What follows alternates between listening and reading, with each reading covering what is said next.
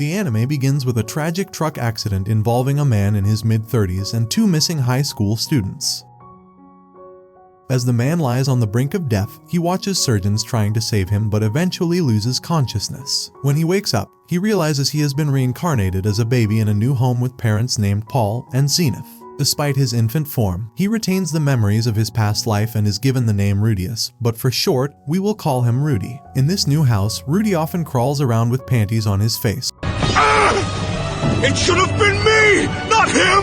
It's not fair! Which causes the maid named Lilia to believe that something evil has possessed him. The setting is a rural area with no gas or electricity, and Rudy's father, Paul, practices swordsmanship.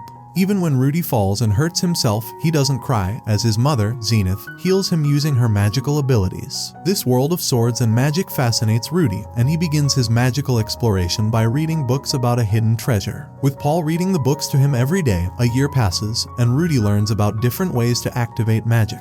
He tries his hand at magic for the first time by reciting the words to generate a water ball, and he succeeds.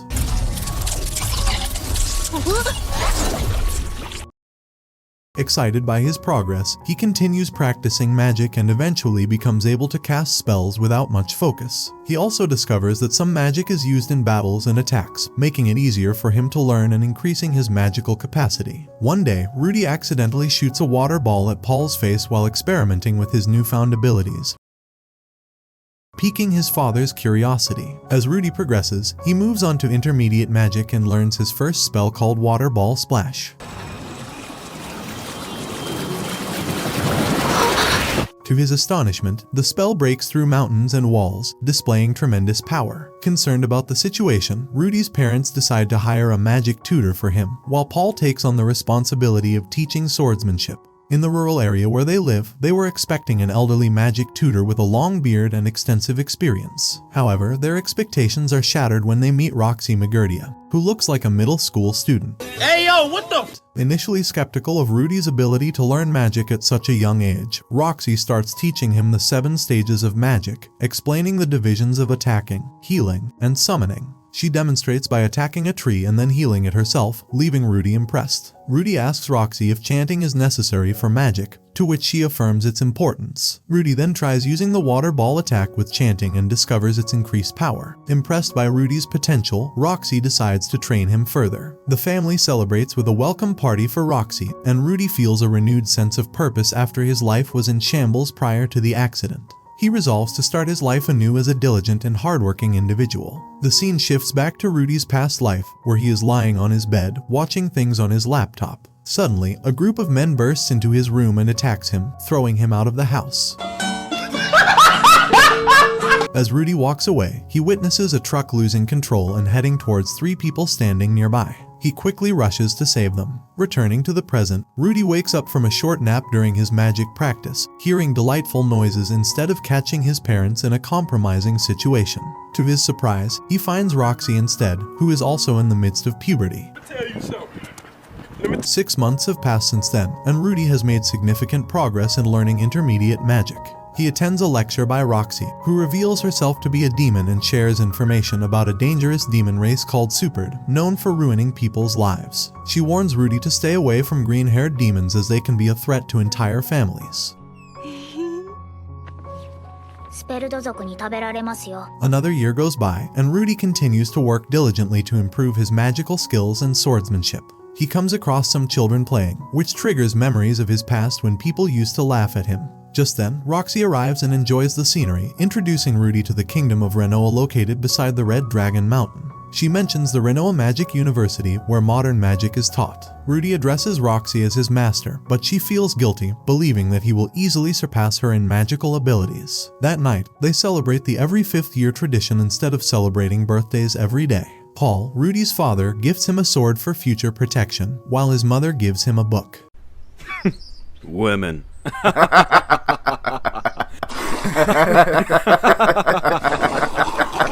Roxy gives him a magic stick with a red stone to amplify his magic. Rudy feels overwhelming joy, and Roxy decides to administer his graduation exam the following day, confident that he has mastered the basics. That night, Rudy reflects on his past life, feeling the weight of his previous depression and finding himself on the verge of tears. The next morning, Roxy prepares a horse for their journey outside the village for Rudy's graduation exam. Rudy is scared due to his painful past and his fear of socializing with people. However, Roxy tries to calm him down by sitting with him on the horse, and they set off, wishing everyone a good afternoon as they pass through the village. Rudy realizes that the people are loving and caring, and his fear begins to fade away. They arrive at the designated location, where Roxy will administer the exam by casting a water saint magic spell once. Rudy is then required to repeat it on his own. Roxy casts a powerful spell, resulting in heavy rainfall and thunder all around them. Unfortunately, Roxy's horse gets injured during the process. She tends to the horse while Rudy prepares for his exam. Skillfully wielding his magic stick and reciting the magic lines, he creates a massive cyclone even more impressive than Roxy's. He successfully becomes a water saint ranked magician.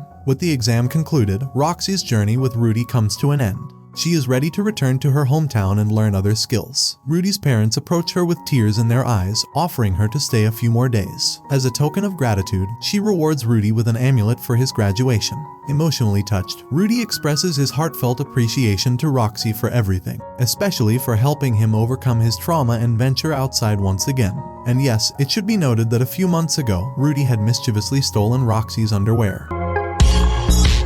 The next morning, Rudy asks his parents if he can go outside to play. His dad and mom suggest that he be kind to others, protect them, and even find a girlfriend. Finally free from his trauma, Rudy happily ventures outside, exploring different places and enjoying the beauty of nature. However, his joy is interrupted when he witnesses a group of children bullying another child, calling him a demon. One of the children even tries to attack with a rock. Thinking quickly, Rudy distracts them by throwing water balls, and when the child attempts to hit Rudy, he easily dodges the attack. Eventually, the bullies leave, and Rudy rushes to the bullied child's aid. To his surprise, the child turns out to be a handsome boy with green hair. Rudy recalls Roxy's theory about the dangerous supered race having green hair, but dismisses it as the boy doesn't have a red gemstone on his forehead. The child explains that he is a half-elf, which is why his hair color differs from his parents. Overwhelmed with emotions, he starts crying. Rudy consoles the boy and invites him to play together. They become fast friends, and the boy introduces himself as Sylph, which means spirit of wind. Sylph expresses his desire to learn warm water magic, and Rudy instructs him to memorize the chant so he can practice later. As Rudy walks back home, he finds his father, Paul, angry at him for punching the brat who was bullying Sylph. Without hearing Rudy's perspective, Paul starts beating him. However, Rudy cleverly responds, clearing all misunderstandings and justifying himself as always being on the side of justice. Realizing his mistake, Paul feels apologetic. Summer arrives, and Rudy gives Sylph numerous training lessons. Sylph is eager to learn about warm water magic and attempts to perform it without chanting like Rudy does. After several attempts, Sylph successfully casts the spell and becomes incredibly happy. They spend their days playing around the village, embracing their carefree lives together. However, when it starts to rain, they quickly run towards Rudy's house. Planning to take a bath, Rudy undresses promptly, expecting Sylph to do the same. To his surprise, Sylph remains in her clothes. Rudy skillfully undresses her, only to discover that Sylph is a girl. You're a victim! She starts crying, and Paul arrives, questioning Rudy about the situation. Rudy explains that he did it because he thought Sylph might be feeling cold. Understanding the misunderstanding, Paul suggests that Rudy apologizes to Sylph, assuring her forgiveness. In a loud voice, Rudy apologizes to Sylph, who cries even more, but this time, he acts foolishly. The next morning, Rudy and Paul engage in sword practice, and Paul advises Rudy on how to regain Sylph's friendship. Following his father's advice, Rudy successfully reunites with Sylph.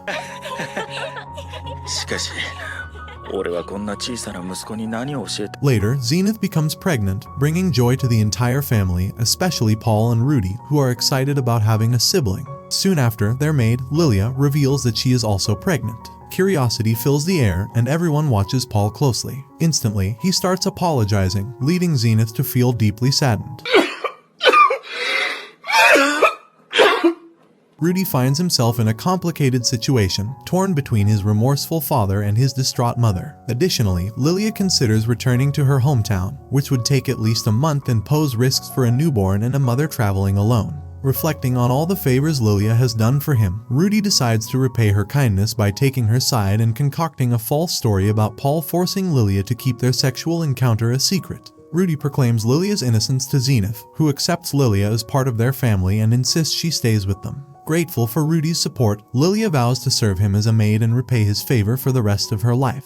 The newborns are named Norn and Aisha, and they all begin living as a family once again. Lilia starts conversing with Rudy, and it is revealed that Paul was untrustworthy from the beginning, as he had taken advantage of Lilia's virginity when they were at the same dojo in their youth. Hey yo, what the Rudy continues his swordsmanship training, playfully taunting his father, but their bond as father and child strengthens over time. The next morning, Sylphy and Rudy have a conversation. Rudy acts strangely as he contemplates joining a school to further improve his magical abilities. Sylphy tightly hugs him and pleads for him never to leave her, causing Rudy to reconsider and decide to stay with her. While lost in thought on his bed, Paul brings him a letter at night, which turns out to be from Roxy after 2 years since her departure. In the letter, Roxy reveals that she is currently staying in the Cheyenne Kingdom, employed as a tutor for the 7th Prince. She shares the similarities between Rudy's actions and hers, such as peeking at her while changing and stealing her underwear. Roxy mentions that she has achieved the rank of Water King in magic and expresses excitement and fear about seeing Rudy again. She suggests that he apply to Renoa Magic University. Paul explains that only 5 people in the world have achieved the rank of king in magic and playfully teases Rudy about stealing Roxy's underwear. During breakfast, Rudy reconsiders going to school and asks Paul to enroll him and Sylphy together in the university. However, as Sylphy's family is not wealthy, Rudy requests Paul to pay the tuition fees for both of them.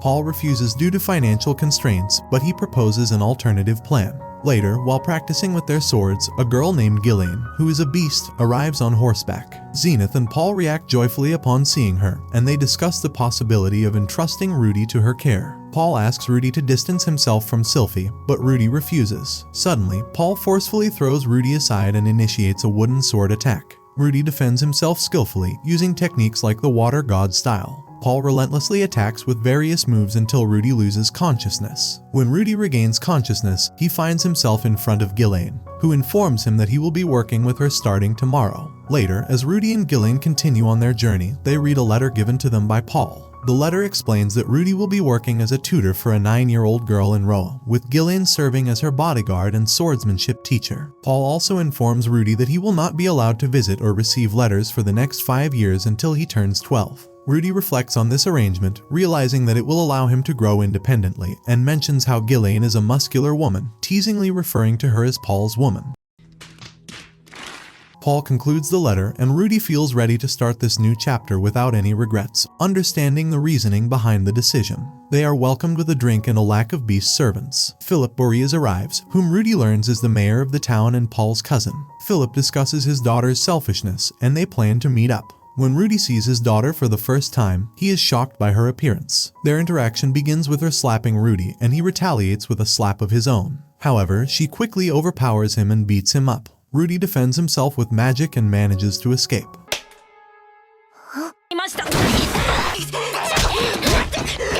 Afterward, he meets with Philip, who asks if Rudy wants to give up. Rudy refuses and proposes a plan to set up a show that will encourage her to study. Rudy prays for his success in this endeavor. The next morning, they wake up in boxes, pretending that Rudy has been kidnapped. He plans to use his full magic powers to escape and demonstrate the importance of studying to the girl. However, when she wakes up, she starts shouting, and a man arrives and beats her severely. She tries to fight back but is overpowered. Rudy eventually heals her injuries, revealing that it was all part of their act. Rudy contemplates escaping to teach her a lesson as well, but he decides to open the grills with magic when the lady shouts for help. The guy tries to break in again to harm her, but Rudy blocks the door and tells the girl that she must promise not to act violently or speak loudly for him to save her. If she breaks the promise, Rudy informs her that they will part ways. The two men break in with a saw, but Rudy and the girl manage to escape. However, she immediately breaks her promise and refuses to listen to Rudy. Despite this, she decides to join him and agrees to the terms he set. As they travel, they hear the voices of men following them. They escape the town with the help of a carriage, and things go according to plan. Rudy spots a servant while they are running towards him, but suddenly a man takes the girl away, attempting to kidnap her. Rudy, using his magic powers, stops the man and demands that he return her. The man offers money to Rudy in exchange for the girl, which would be enough to cover Rudy's university fees. However, Rudy prioritizes saving her and refuses the offer, feeling the importance of her safety. He fires a fireball into the sky as a signal for help and engages in multiple attacks to save the girl. However, he is faced with a powerful opponent who throws a sword at Rudy using a god-style technique. Rudy feels defeated and is on the verge of death when Ghislaine arrives and delivers a powerful blow, destroying the sword and decapitating their enemies, saving both of them. Rudy experiences the sensation of his hands being soaked in blood for the first time. They return home, and Philip approaches them, relieved that Eris, the girl, is safe. Rudy feels like a failure for needing to be saved by Ghislaine. But to his surprise, Eris allows him to work there and be her tutor. The next morning, Philip expresses his appreciation for what Rudy did earlier, and explains that, as a member of the Grey Rat family, Rudy can be utilized both physically and politically. Rudy is then introduced to Philip's wife, Eris' father, and Eris' grandpa, who shares the same violent nature as Eris. Eris' grandpa asks Eris for a favor of teaching her magic, which she requests in a beastman-like manner.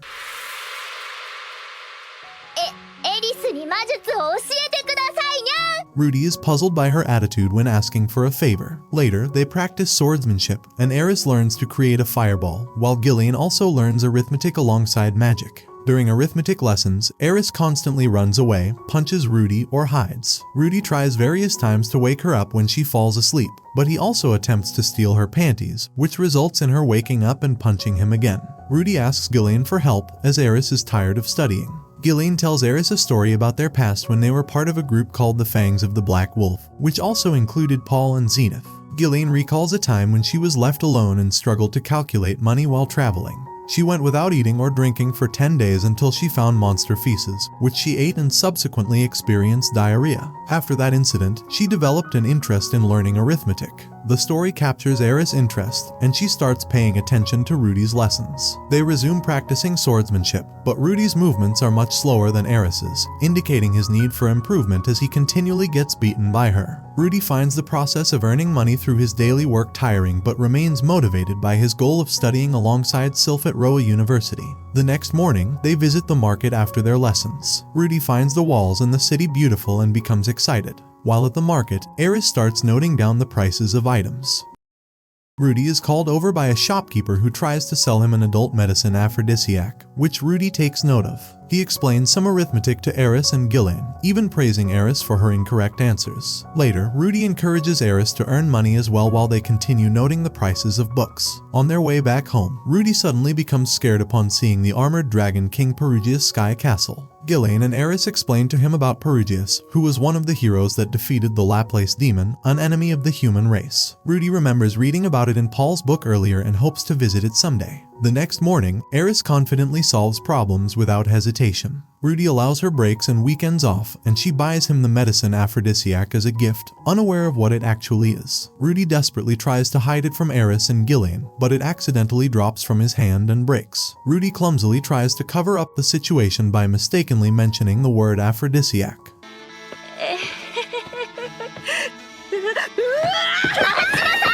The next day begins with their usual sword practice, where Eris performs exceptionally well with her high pace against Ghislaine. Eris expresses her desire to become an advanced swordswoman. They also continue practicing arithmetic and magic casting. Eris' mother, Crossbeat, sees her but ignores Rudy as usual, which leaves him confused each time. Finally, Rudy finishes making a statue of his master, Roxy, even going so far as to smell her panties, even though it's just a statue. At that moment, a servant woman knocks on the door and asks Rudy for a favor. She discusses Eris' upcoming birthday party, where high aristocrats will be in attendance. The main event of the party is Eris' dance show. The servant further explains Eris' struggle with dancing every year and asks for Rudy's help in teaching her to handle it. Rudy agrees to assist. The next morning, Philip shows Rudy books from different continents, capturing Rudy's attention. However, he finds it challenging to read them as they are written in different languages from around the world. Rudy decides to start by learning the beast god language, finding beasts to be beautiful and cute creatures. Philip grants permission for Rudy to take the books with him and borrow them. Later, Rudy writes a letter to Roxy about the languages he wants to learn and updates her on his life. He finds the beast god's language equally challenging. Suddenly, he hears the sound of Eris running, and her dance teacher explains the situation to Rudy. If Eris continues to avoid learning the dance routine, she will fail the main event at her birthday party. The teacher asks for Rudy's help. Rudy approaches Eris, finding her lying down, and tries to persuade her to practice. However, she greets him with a kick. They engage in a heartfelt conversation about not avoiding things one is already good at. Rudy understands the situation and motivates her to do those things as they lead to great accomplishments. Eris punches Rudy and they start practicing dancing together, although it doesn't go smoothly. Meanwhile, Rudy learns the beast god language from Ghislaine and sells the statue he made in the market,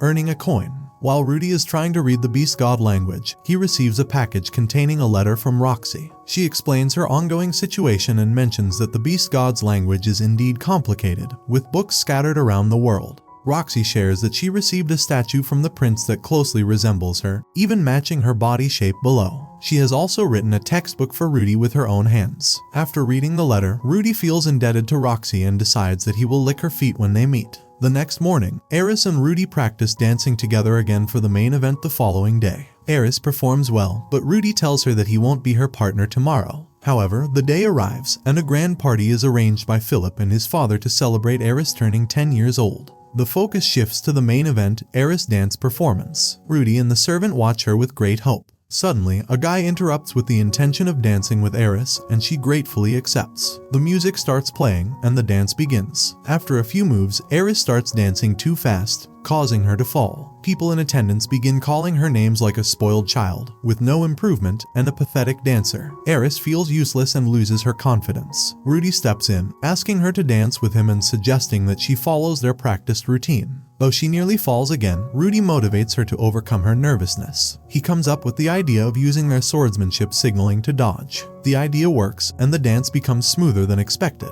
Everyone is smiling and clapping. Eris' grandpa lifts them on his shoulders, and some girls try to get close to Rudy, but Eris takes him back to the room, and the party ends.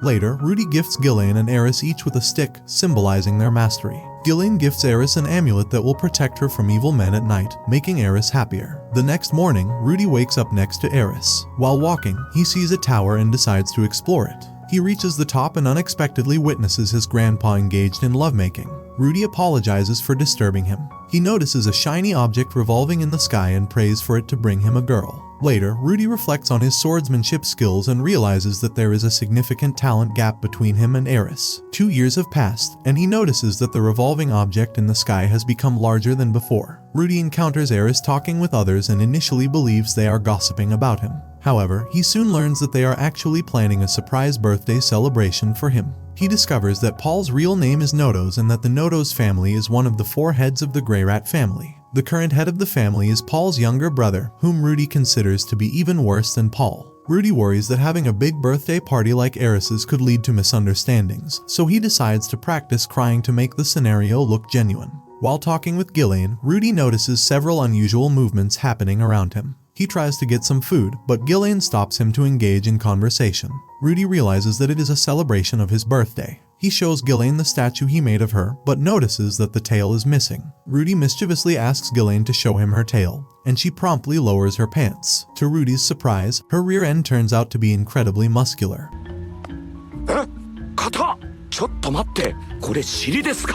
As Rudy examines them closely, a servant suddenly arrives, creating an awkward moment. The celebration begins, and everyone wishes Rudy a happy birthday. Eris presents him with a surprise gift, a wand made from superb materials from the best wand maker in the kingdom, bearing the sign of Aqua Hesha. Everyone celebrates the event, and Rudy enjoys it as well. While sitting with Paul, they discuss the younger and older brothers who were taken away shortly after birth due to the tradition of losing the successor. Hilda, Paul's wife, resented Rudy's presence because her own children were not there. Paul offers Rudy the opportunity to marry Eris and take over the Boreas family, but Rudy declines, considering himself just a 10-year-old kid. Later, Rudy goes to his room to sleep and finds Eris sitting on her bed in a delightful mood. Rudy tries to get closer to her by getting naked, losing his senses. However, Eris beats him up, and he apologizes.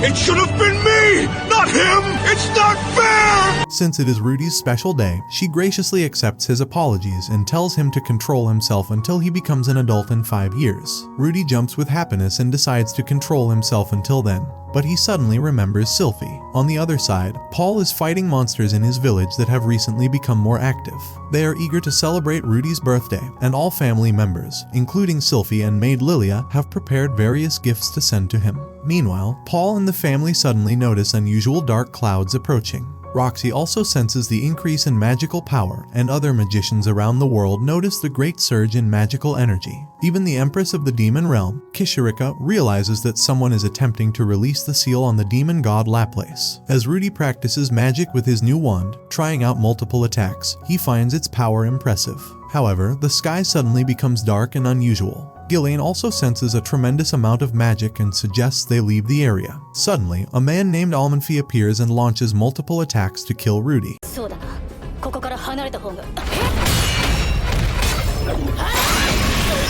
He introduces himself as someone ordered by the legendary Perugius to eliminate the person causing abnormalities, whom he believes is Rudy. Ghislaine introduces herself as the Sword King and reveals her master. Almanfi sheathes his weapon, and Rudy begins to contemplate the situation. Suddenly, a bright light emanates from above, causing Almanfi to vanish, and the sky explodes. Everyone, including Ghislaine, Eris, and Rudy, starts running for safety. Later, Rudius finds himself in a mysterious location where he encounters a being known as the human god, Hitagami. Hitagami reveals that Rudius is experiencing a dream and has been brought there to receive important advice. The reason Rudius appears in his old body is because that's how he perceives himself mentally, and he will return to his physical body upon waking up. Hitagami explains that the earlier blast was a mana cataclysm that transported Rudius to this place. He advises Rudius to have faith in the person he wakes up next to, and to assist them in any way they need in order to survive. Rudius wakes up next to a sleeping Spurd named Ruigerd, with Eris nearby and Ghislaine absent. Initially, Rudius feels uneasy due to the mentions of Spurds by his parents and Roxy. However, he attempts to communicate with Ruigerd using the demon tongue. Ruigerd reveals his name and expresses his determination to safely return Eris and Rudius home.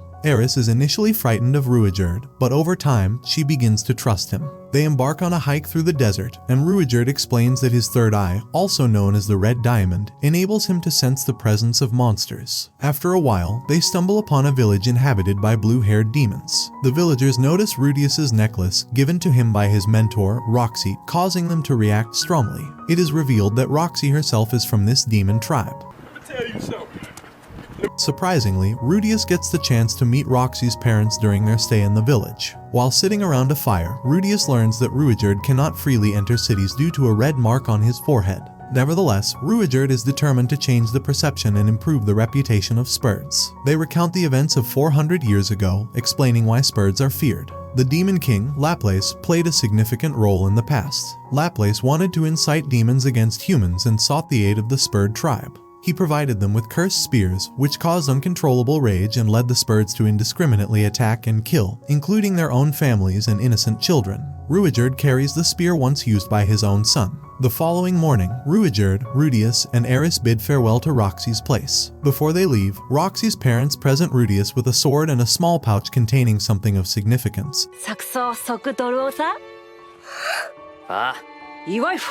And Rudius firmly resolves to assist Ruigerd in redeeming the Spurd tribe's reputation.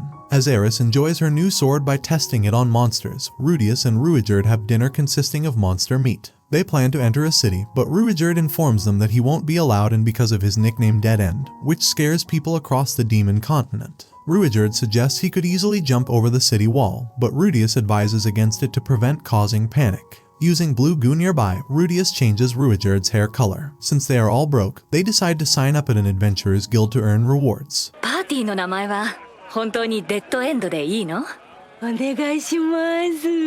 They adopt the name Dead End to help Ruigerd gain recognition by completing quests together. They introduce Ruigerd to a group of loud adventurers, but they laugh at him and doubt his abilities. A horse demon trolls them before they leave. Rudius buys a cloak for Eris, and they go to have a meal together. During their meal, a group of adventurers asks Eris to join their party, but she doesn't respond. Accidentally, they break the button on Eris's cloak, which infuriates her and leads her to mercilessly beat one of the adventurers. Rudius apologizes, heals the injured adventurer, and they leave to stay at a nearby inn.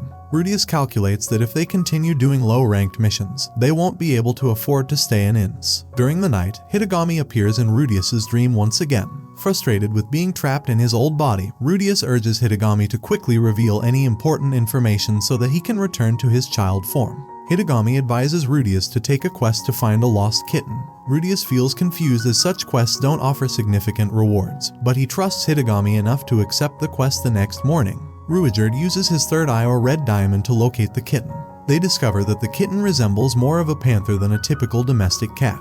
They also learn that a group of adventurers has been capturing small animals and then returning them when a quest to find them is posted by the guild. Rudius, Eris, and Ruijerd confront them, and Rudius attempts to scare one of them into revealing why they trap animals. Loman, one of the adventurers, kicks Rudius with great force, sending him flying into a wall. Witnessing this, Ruijerd swiftly decapitates Loman, terrifying his guildmates. Rudius tries to explain to Ruijerd that killing isn't always the solution.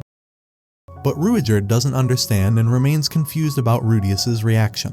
Rudius threatens the remaining 2 guildmates and demands that they undertake a higher-level C-rank quest at the Adventurers Guild. He also insists on exchanging quests with their team. By doing so, Rudius and his guild can take on more challenging quests and increase the recognition of the dead-end name. Back at the Adventurers Guild, they discover that the reward for their F-rank mission is only 1 coin, which shocks Rudius, Ruijerd, and Eris. The episode ends with the 2 remaining guildmates emerging from the hall and following Rudius's instructions. Lastly, a horse demon mocks the group of 5. Later, Roxy looks at a bulletin board that lists the names of those who died in the Mana Cataclysm. Surprisingly, Rudius and his family members are not on the list. 2 people nearby are discussing Rudius with anger. Roxy decides to write a letter for Rudius, leaving it on the bulletin board. The letter mentions that she is taking care of Nor and going to Zenith's homeland of Millies to search for Aisha, Lilia, and Zenith, who are still missing. Roxy believes that Rudius will be fine on his own. Rudius, Eris, and Ruijerd embark on a quest to explore the petrified forest and uncover the truth about a terrifying monster. However, when they arrive, they encounter 2 other teams who also received the same quest. It seems that the guild accidentally assigned the quest to 3 different teams simultaneously. The team of pig demons declares that they will find and defeat the monster first, claiming the reward for themselves. Ruijerd expresses concern for Kurt's team, as they are children,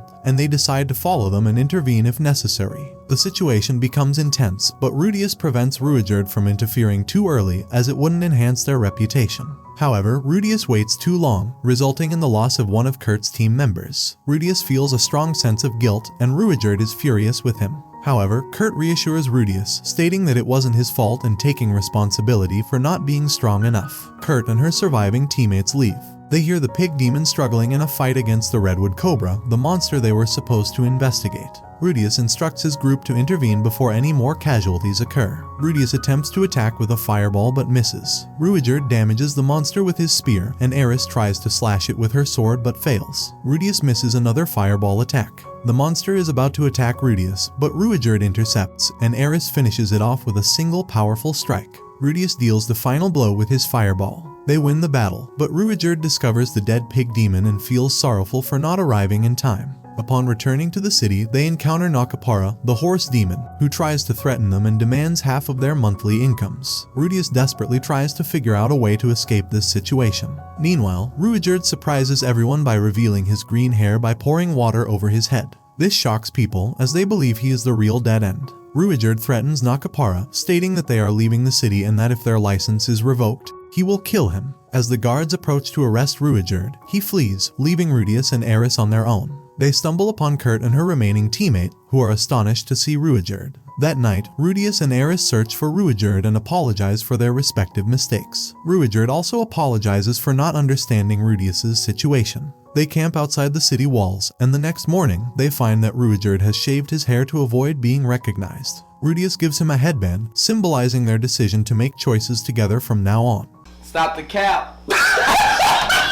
Later, Eris, Rudius, and Ruijerd reach the sea. Eris attempts to undress, hoping to swim naked, but Ruijerd stops them due to the presence of dangerous sea monsters. Roxy reminds the group of their goal for the trip. Later, Rudius, Eris, and Ruijerd search for a boat to travel from the demon continent to Millies. The boatman greets them with nicknames, referring to Eris as Mad Dog and forgetting Rudius's name. Shocked, they learn that the boat trip costs 200 green ore coins. During lunch, they discuss their money problem, and Eris suggests Ruijerd run across the sea, which he refuses. That night, Rudius falls asleep pondering their predicament and has another dream encounter with Hitagami. Rudius is initially skeptical after the previously failed advice, but listens as Hitagami suggests buying lots of food from street stalls and walking through back alleys. Hitagami disappears suddenly. The next morning, Eris and Ruijerd practice sword fighting, but Ruijerd loses focus upon seeing Roxy behind Eris, much to Eris's delight.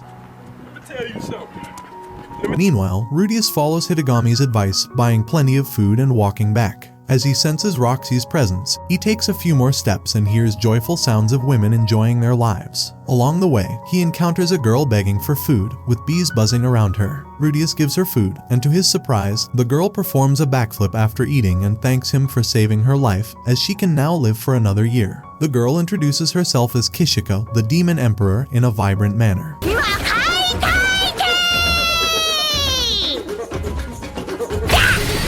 Rudius playfully respects her as she asks for a wish to fulfill for him. Rudius suggests making him wealthy or granting him her body, but she refuses, mentioning her fiancé. Instead, she rewards him by replacing one of his eyes with a demon eye before leaving.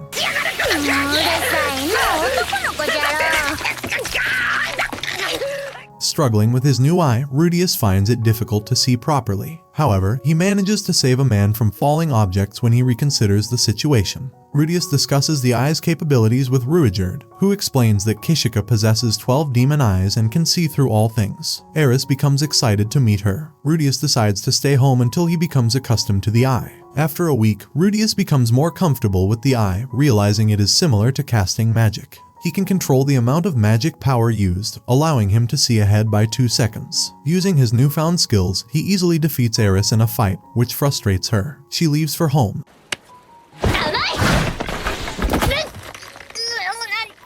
And Ruijerd commends Rudius for his mastery of the demon eye. Ruijerd challenges Rudius but ends up losing badly. While sitting together, Rudius appreciates Eris for her previous victory against Ruijerd to lighten her mood. Later, Rudius contemplates taking Eris back home and considers selling his wand to get the necessary money. He ventures out at night but is caught by Ruijerd. They have an emotional conversation about trust and making decisions together. Rudius realizes that selling the wand, which Eris made for his birthday, would hurt her. Ruijerd's pride also prevents him from selling the wand. Ruijerd decides to take the smuggler's boat, known as the Evil Eye, for their journey. Suddenly, a man named Gallus Cleaner arrives to thank Rudius for saving him earlier and introduces himself. The story shifts to Roxy, Elinalise, and Talhan in the city searching for Paul's family. Elinalise is interested in men and seeks enjoyable nights with them, causing them to waste time wherever they go. During a conversation, Roxy mentions a dangerous demon named Dead End. Talhan tells Roxy about a party of 3 individuals around the demon continent: Mad Dog Eris, Watchdog Ruijerd, and Pet Owner Ruijerd.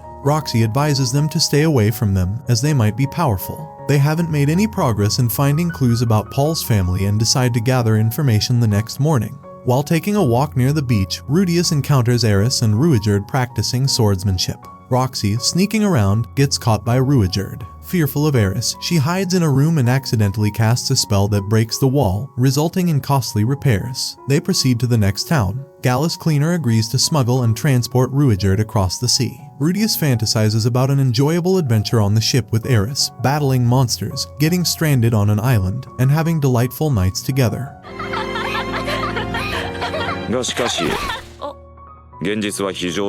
However, Eris starts vomiting due to seasickness. Rudius, although having impure thoughts, controls his attraction to Eris's body. They finally reach their destination, and Eris decides never to travel by ship again. Rudius leaves to pick up Ruijerd and instructs Eris to take care of herself. Later, Rudius arrives at a secret location and knocks on a door. He is taken to an underground basement where smuggling activities occur. On the way, he witnesses a fierce dog and the killing of a beast woman who sought help. Upon reaching Ruijerd, the person in charge orders Rudius to take him and leave.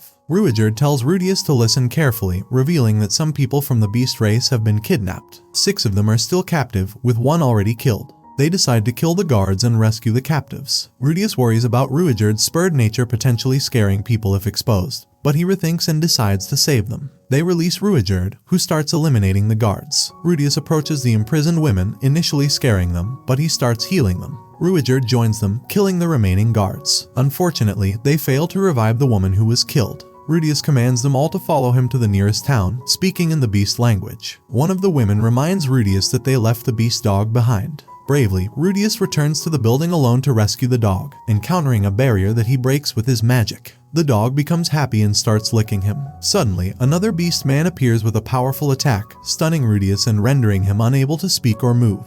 The beast man identifies him as a smuggler and smiles creepily. Another beast man senses the others heading towards the town, prompting him to follow them. He orders the other one to take the boy and the beast dog back to the village while he takes Rudius with him for severe punishment.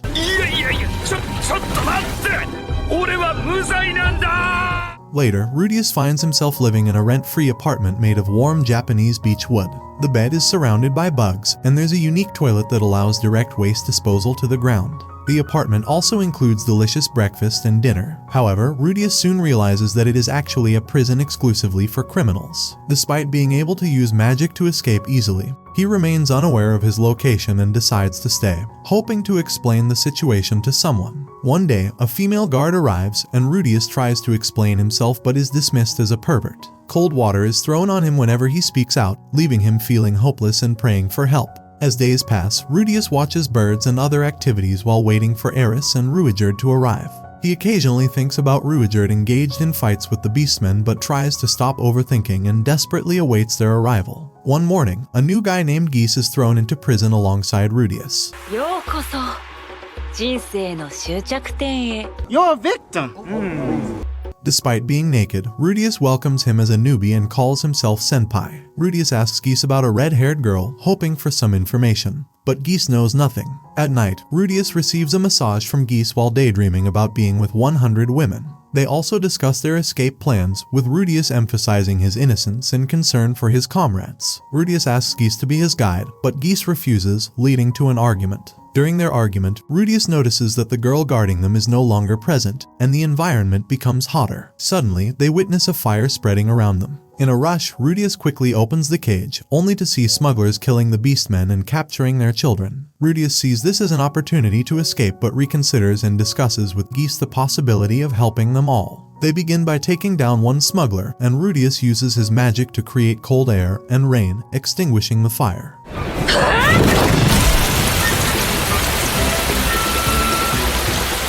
As the smugglers attack them, aware of Rudius's magical abilities, a beastman arrives, the same one who imprisoned Rudius before. With his speed and skill, the beastman manages to kill some smugglers. He asks Rudius and Geese for help in rescuing the kidnapped children. Just then, Gallus Cleaner arrives with a hostage, revealing himself as the true smuggler who used Rudius and the others as bait to distract the skilled Doldia group. The beastman launches an attack on Gallus, showcasing the North God style, a formidable fighting technique. Rudius finds it challenging to defeat Gallus, and the situation seems bleak when Gallus walks with a crying child in hand, causing Rudius to lose hope momentarily. However, the beast dog arrives and attacks Gallus.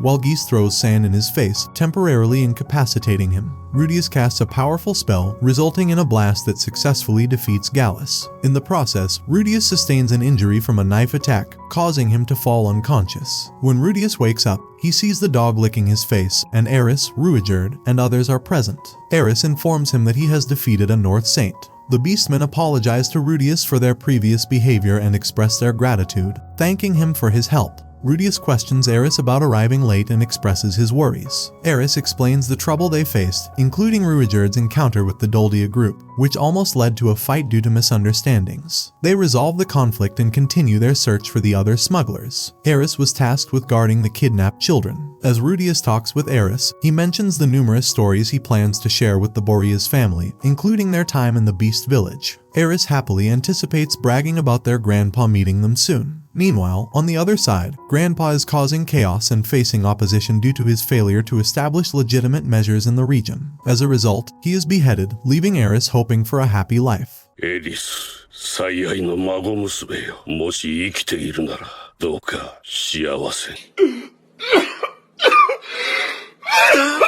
Later, Eris had a great time with the kids, Terusina and Tona, at a nearby lake. Meanwhile, the usual scum, Rudius, was watching them from a hole while sitting in a box. Suddenly, he kicked a dog, and Mushuko arrived on the scene. Rudius started making excuses and warned Mushuko to stay away from her daughter, Tona. However, Rudius quickly apologized when confronted and even warned about the dangers of his previous gambling activities, which resulted in Gallus and Geese being imprisoned. They all had a peaceful dinner together, and Eris took the opportunity to teach the kids some language skills. エリスが言語を教えている。先生は嬉しいよ。 Mushuko thanked Eris for getting along with her daughter and noticed a ring on Eris's finger, which was proof of her association with the Doldia people. The ring had been gifted to Eris by Ghislaine on her birthday. The atmosphere suddenly changed as Mushuko referred to Ghislaine as a jerk for giving up on protecting the Great Forest and Beast Sama. She decided to take her daughter away in anger. Eris ran back to them and defended Ghislaine, stating that she was her master and an amazing person who always protected her. Rudius comforted Eris, preventing her from crying, and told Mushuko that they respected Ghislaine a lot. Later, Eris thought about how much she loved Ghislaine, and the kids asked her to tell them more about Aunt Ghislaine, who was Mushuko's little sister. Eris explained Ghislaine's strength and swordsmanship, cautioning the kids not to become like her. Eris expressed her gratitude to Ghislaine for teaching her swordsmanship, and Tona asked Eris to teach her Ghislaine's swordsmanship. Eris agreed, and Mushuko overheard their conversation. Later, they practiced swordsmanship together while Mushuko and Rudius had a conversation about Ghislaine. Mushuko noticed a change in Ghislaine. 3 months passed, and Terusina mentioned that the rainy season would soon come to an end. Eris informed them that they would be leaving once the rainy season was over. Tona started crying, and Rudius created a statue, occupying himself with playing with the beast. A woman taunted Rudius for being lustful, which upset Terusina. Suddenly, Terusina ran to Eris, who was being beaten by Tona. Tona wanted Eris to stay forever and was angry about her leaving. Later, Tona lay on her bed, and Terusina asked her to apologize to Eris. Mushuko arrived and informed Tona that Eris, Rudius, and Ruijerd would be leaving the next day. She explained that Ghislaine had always trained alone and had a bad temper, often hurting people around her like a monster. Ghislaine left the village with a swordsman, and Mushuko regretted not saving her earlier. She doubted that Ghislaine would ever return and asked Tona if she wanted to part ways with Eris as well. Later, the kids sneaked into Eris's room, and Tona apologized for being selfish. Eris, along with the kids, became happier seeing the wooden statues they had created together. The next morning, everyone was prepared to leave. The kids cried, along with Eris, and everyone hoped they would visit the village again. Mushuko wanted a friendly match with Eris before they left, and they had a duel.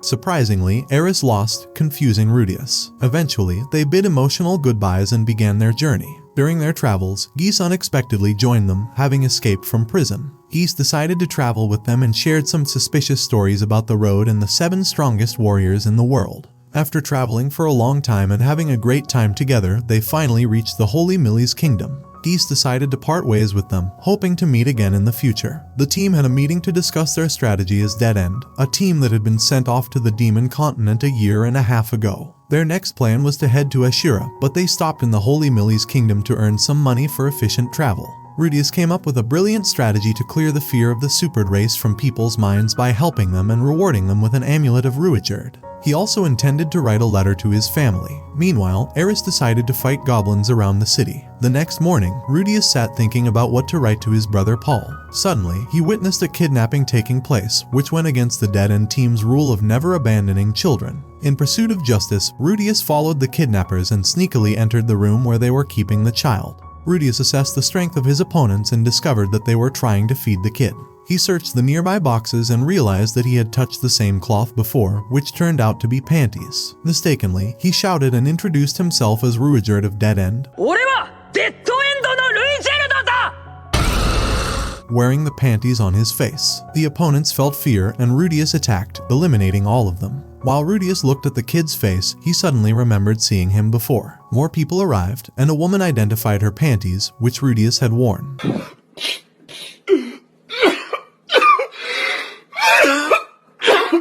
Rudius, being his usual scum self, couldn't focus on the fight as she kept attacking and called him a pervert.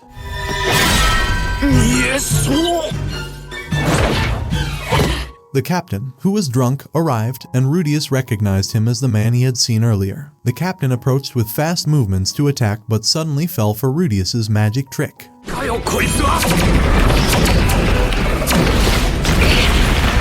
However, he quickly got back up and sliced the rock that Rudius had created, inadvertently slicing his own panties. Rudius's face was revealed, and it turned out that the captain was actually his dad, Paul. Later, they sat in a bar with others watching them, and Paul was glad that Rudius had survived. He asked about the message Rudius had sent, but Rudius couldn't remember receiving any message recently. However, Rudius explained the troubles he had faced since the teleportation incident, and how they ended up where they were, considering it a fun journey. Paul misunderstood and criticized Rudius for not thinking about his family and trying to gather information about the others when he was on the demon continent. Paul also pointed out that Rudius hadn't even written a letter to anyone and had been spending his time with a young lady and a guard. The situation heated up as Rudius taunted Paul about the women by his side, referring to Zenith and Lilia. They engaged in a fight,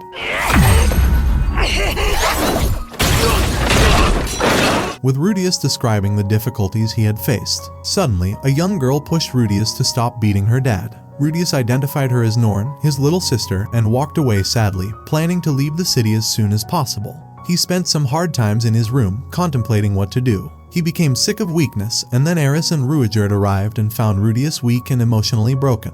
Eris tried to comfort him.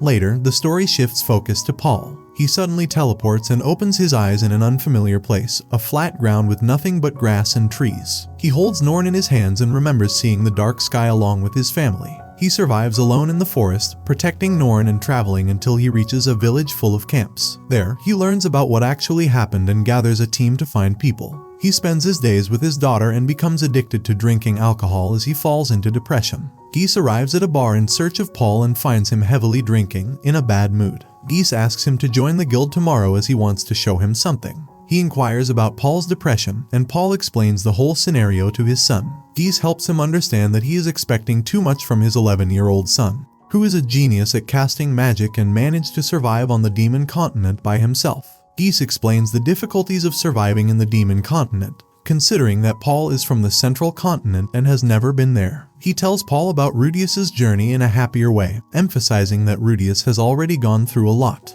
Geese leaves, saying that Paul should be happier to see each other safe and healthy, making Paul rethink his perspective. At night, while Norn is sleeping, Paul imagines a view of Rudius crying for help. Realizing his state, and being heavily drunk, he throws water on himself to sober up. The next morning, Rudius, Eris, and Ruijerd are having breakfast near the hotel when Paul arrives, clean-shaven.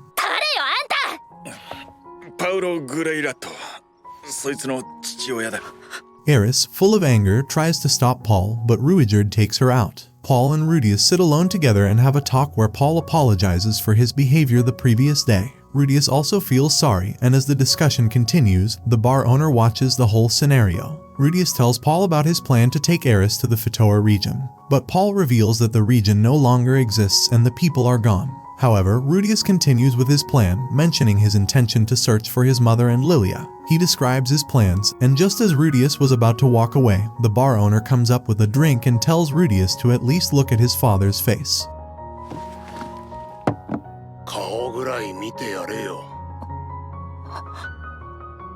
Rudius remembers his friend from the past who was trying to cheer him up while playing games but ended up getting beaten. He never had a chance to apologize or meet again. Rudius realizes that Paul has come to apologize, and with a happy face, he proposes that they act like adults, forget what happened yesterday, and cheer up for their reunion after several years. He asks Paul to spread his hands and kneel down. Suddenly, Rudius hugs him with a jump, filled with emotions of missing each other, and they both cry.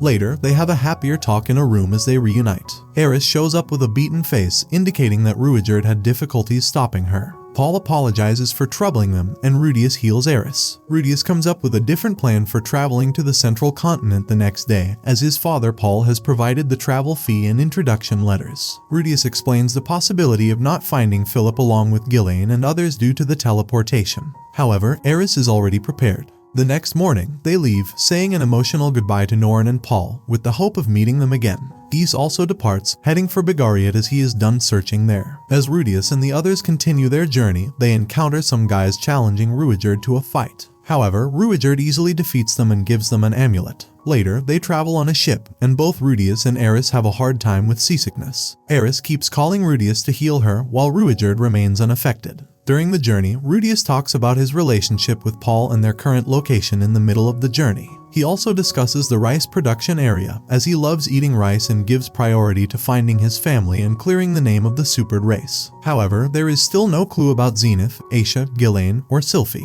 Rudius tries to remain positive and hopeful about finding them. Meanwhile, Roxy learns that her friend Blaze has died and was swallowed by the redwood cobra. Rudius's horse friend shares that he got into trouble with 3 guys called Dead End, which makes Rudius fearful. He asks Roxy about her parents, and she replies that nobody feels happy for her if she goes there because she can't use telepathy, which makes everyone uncomfortable around the village. However, the horse friend motivates Roxy to visit her village so she won't regret it. Roxy embarks on her way to visit the village and notices that a few more people have joined. But the village remains creepily quiet, just like before. She suddenly sees a woman standing and has a feeling of rocks knocking, which she tries to control. On her way, she reflects on how much she hates the village and never wanted to come back. She sees children playing and remembers a drawing she made on a rock when she was a kid.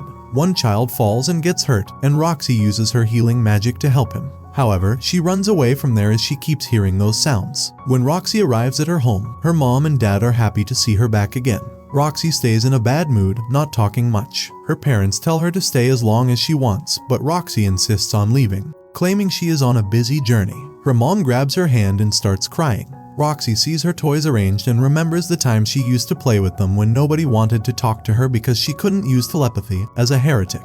She recalls thinking that her parents would be happy if she were gone. Roxy also cries and feels apologetic to her dad and mom. The next morning, Roxy wakes up, has breakfast, and tells her parents that she has to leave because her disciple is missing. Her parents inform her that Rudius, along with Eris and Ruijerd, a supered, was in the village. Hearing about the supered, Roxy loses her senses. She bids her parents goodbye with the hope of meeting Rudius again. As Roxy continues her journey, she figures out that the rumors about the 3 dead-end people were actually about Rudius and his party. Upon reaching home, she finds Alinalise having delightful moments as she uses her magic again. Later, they travel towards the northwest of the demon continent in search of Paul's family, with the hope of meeting Rudius somewhere along the way. Rudius finds himself once again in a dream encounter with the Hitagami god, reflecting on the previous advice he received in the mysterious demon eye. In this dream, Rudius is reverted back to his old self, evoking both gratitude and anger within him. He anxiously awaits God's next guidance, seeking information about his family members. The god insists that when Rudius reunites with his family, he must follow the advice given and refrain from fighting when brought into the dream realm.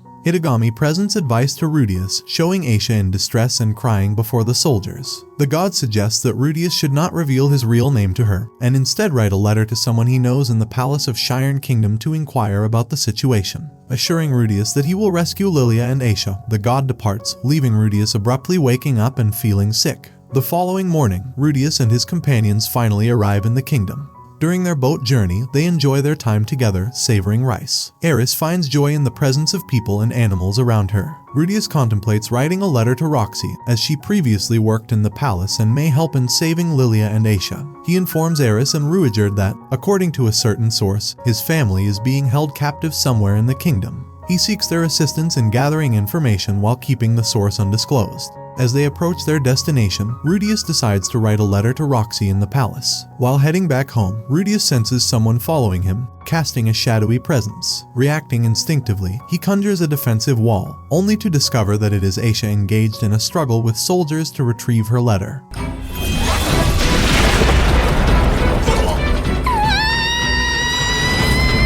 Aisha expresses her gratitude to Rudius for saving her and pleads for his help to rescue her mother, Lilia. The commotion alarms the soldiers, but Rudius uses his magic to escape. Aisha introduces herself and thanks Rudius, while he introduces himself as Shadow Moon Knight, as instructed by God.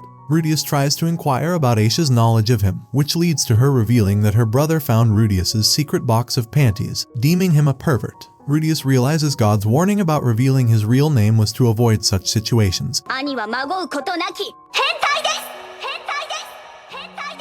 but decides to entrust Aisha with rescuing Lilia. As Aisha falls asleep, Rudius instructs the others to refer to him as pet owner in front of her to maintain the false information she has about him. They all eagerly await a reply from Roxy, Aisha's master, the next morning. To their surprise, a palace servant arrives and informs Rudius that Roxy has sent her to accompany him to the palace. Rudius leaves with his backpack and instructs the others to take care of Aisha in his absence. Upon reaching the palace, Rudius is instructed to surrender his belongings, including his wand, raising his suspicions. Nonetheless, he prepares himself to meet his master. As the door opens, Rudius is confronted by a person seated on a chair, and to his horror, he sees Lilia bound. The person demands Roxy's presence and orders the guards to release a magic circle, a high-level barrier, trapping Roxy and using Rudius as bait. The person reveals himself as Pax, the 7th Prince of Shirn, who intends to keep Roxy as a lifelong sex slave. Pax also plans to execute Rudius by severing his head. Realizing that he may have been deceived by God, Rudius questions the validity of the advice he followed. Lilia witnessed the Mana cataclysm unfolding, observing a massive blue beam enveloping Rudius and Eris before rapidly expanding towards them. Acting quickly, Lilia grabbed Aisha, resulting in their teleportation together. After regaining consciousness, they found themselves submerged in an unfamiliar body of water. Lilia brought Aisha to the surface and they made their way to the nearest town. In the town, Lilia sought information about Roxy Magurdia's location within the palace from a guard. Unfortunately, Pax overheard their conversation and promptly threw them into a dungeon. Meanwhile, Rudius found himself in surroundings reminiscent of an apartment, attempting to use his magic-proof fuel, leaving him perplexed. Suddenly, the 3rd Prince Pax, also known as the 7th in line to the throne, arrived in the dungeon and began interrogating Rudius about a Ruijerd statue discovered in his bag. This led to the 3rd Prince revealing a figure of Roxy crafted by Rudius, sparking an extensive discussion due to their shared affinity for adult content. Simultaneously, Ruijerd, Aisha, and Eris were apprehended by palace guards. Instead of imprisoning them, the guards enlisted their help in rescuing their own captive families, who were being held hostage by Pax himself. Ruijerd entrusted Eris with watching over Aisha while he embarked on the mission to save the families. Zenoba, rumored to possess extraordinary strength from childhood incidents, forcefully dragged Pax out of bed and brought him to Rudius's dungeon.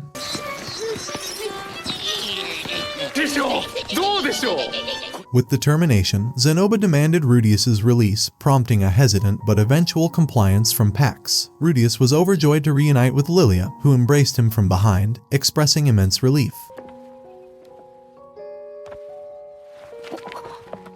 Lilia disclosed her plan to train Aisha as Rudius's future maid as she grew older and presented a small box containing Roxy's undergarments. Aisha approached Rudius, expressing her desire to join him on his journeys and her aversion to serving her perverted elder brother. She speculated on becoming charming as she grew up, attempting to persuade Rudius. However, Rudius gently reminded her that such talk was inappropriate for a child. Nonetheless, he offered her his headband as a keepsake, suggesting that perhaps her brother cherished the undergarments similarly. As Lilia and Aisha bid farewell and departed, Aisha apologized for previously labeling Rudius as a pervert and affectionately referred to him as Oni-chan. While surprised by Aisha's realization, they acknowledged her intelligence, which left Lilia feeling unsurprised by the revelation. Ruijerd and Eris lay motionless on the ground while a furious gaze fixated on Dead End. Rudius reflected on the unpredictability of life, acknowledging that unexpected events, such as being struck by a truck or, unfortunately, facing death can occur. A flashback took them back to a time when Eris, Ruijerd, and Rudius prepared for a snowy mountain journey. Just before setting off, Eris and Ruijerd engaged in a friendly sparring match. Ruijerd praised Eris, recognizing her as a true and honorable warrior. Overjoyed by his words, Eris asked Rudius to pinch her, needing confirmation that it wasn't all just a dream.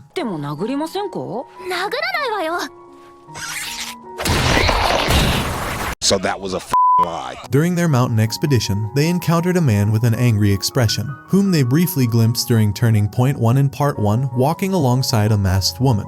Fear gripped Eris and Ruijerd upon seeing them, their eyes locked on the imposing pair. In contrast, Rudius remained unfazed by their presence and didn't tense up like his companions. As the man and woman passed by, Ruijerd urgently whispered to Rudius, instructing him to stay still and silent. Meanwhile, their boar companion unexpectedly leaped off the cliff's edge. Alright then, I don't know what the fuck just happened, but I don't really care. I'ma get the out. Orsted turned around and observed the group, recognizing Ruijerd and Eris Greyrat. However, he was unfamiliar with Rudius. Foolishly, Rudius asked Orsted to pause for a moment and introduced himself.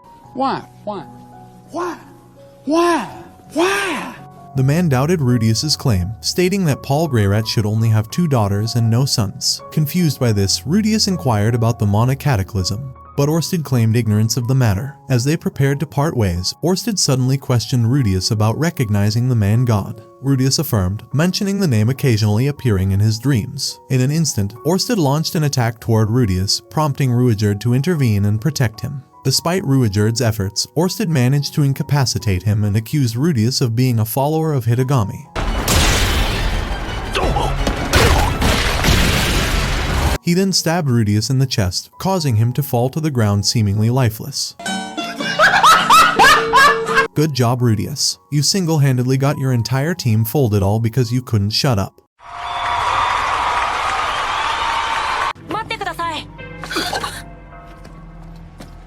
Encountering Hitagami once again in this state, Rudius conversed with him in a peculiar manner.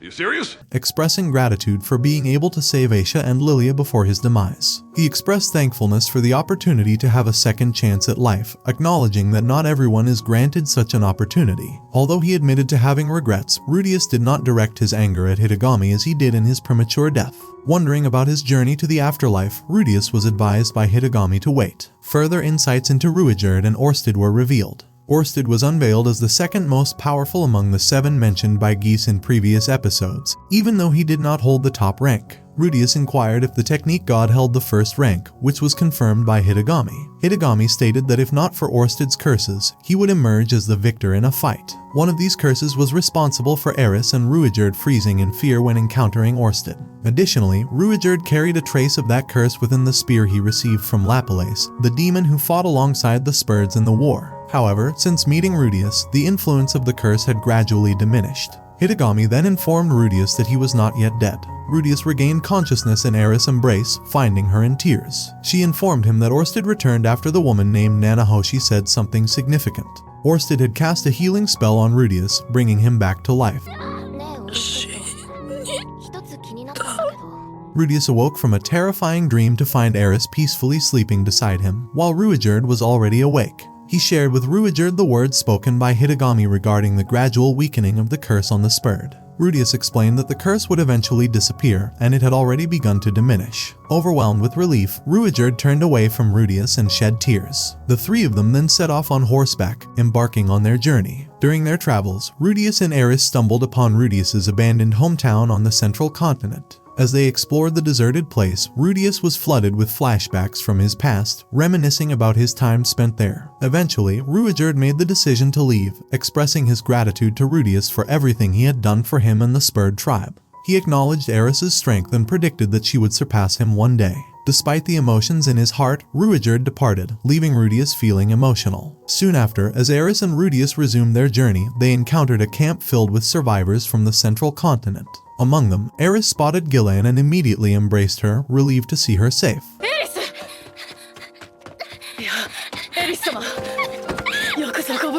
However, their joy was short-lived as Alphonse delivered devastating news. Hilda and Lord Philip, Eris's beloved parents, had tragically passed away due to being teleported together. Furthermore, Eris learned that her grandfather, Lord Soros, had been executed for the crime of teleportation, and a new ruler had taken the throne, demanding her hand in marriage if she was found. Alphonse, prioritizing the kingdom's interests, was willing to sacrifice Eris, but Gillian vehemently opposed it and urged Eris to escape.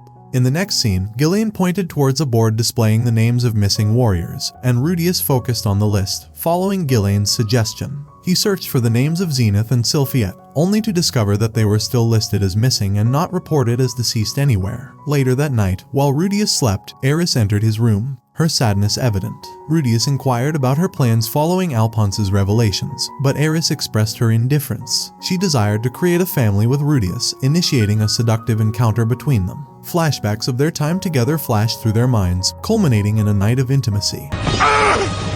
It should have been me, not him! It's not fair! The following morning, Rudius woke up, filled with joy upon realizing he had lost his virginity. こんにちは。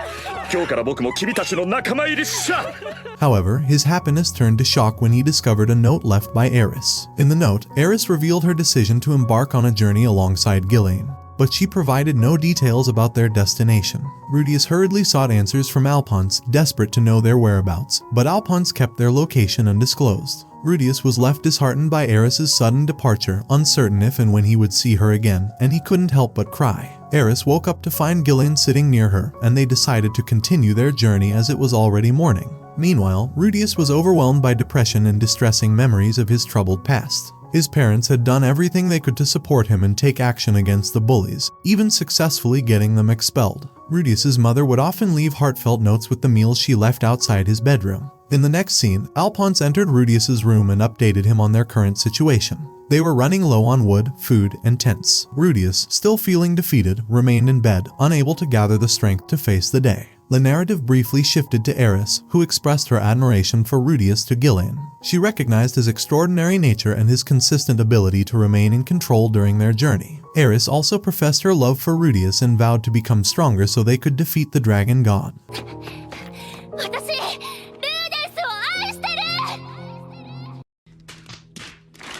The focus then shifted to Ruijerd, who had rescued 3 travelers in need, which helped dispel their fear of him. A small smile appeared on Ruijerd's face as he likely recalled how Rudius had always been there to assist him. Meanwhile, Zenoba, the 3rd prince who had aided Rudius in the fight against Pax alongside Geese, was shown traveling through an abandoned landscape.